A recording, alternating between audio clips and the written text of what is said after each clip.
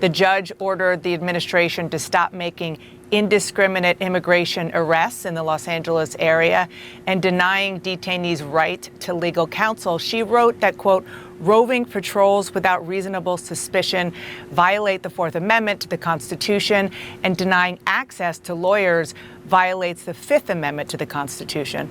Will the administration comply with this order? Look, we're going to litigate that order because I think the order's wrong. I mean, she's assuming that the officers don't have reasonable suspicion.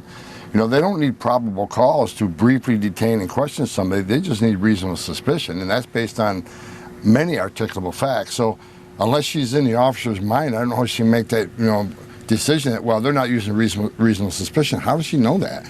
I mean, every officer has to, bring articulable facts to raise reasonable suspicion, and then they can briefly detain. Well, I don't know how she knows that, but I don't think any federal judge can dictate immigration policy.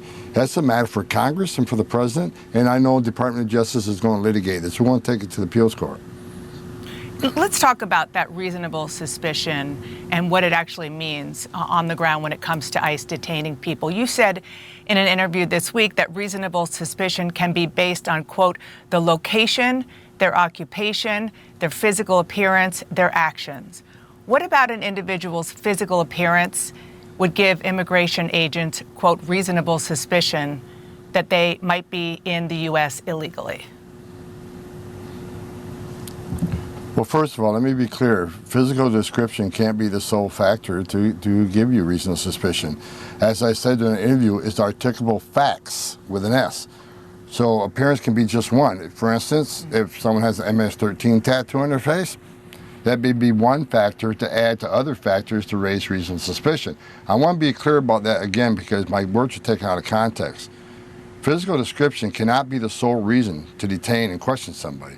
That can't be the sole reason to raise reasonable suspicion. It's a myriad of factors, and I could sit here for the next half hour and give you all the factors. Mm-hmm. So every officer, every situation is different. But I can tell you this: every ICE officer goes through Fourth Amendment training every 6 months and reminded what their authorities are for arrest, detention, and questioning. So the officers are very well trained. So I look forward to DOJ litigating this judge's decision. I think she's making a decision while knowing what that officer knows when they get out of that vehicle to question somebody.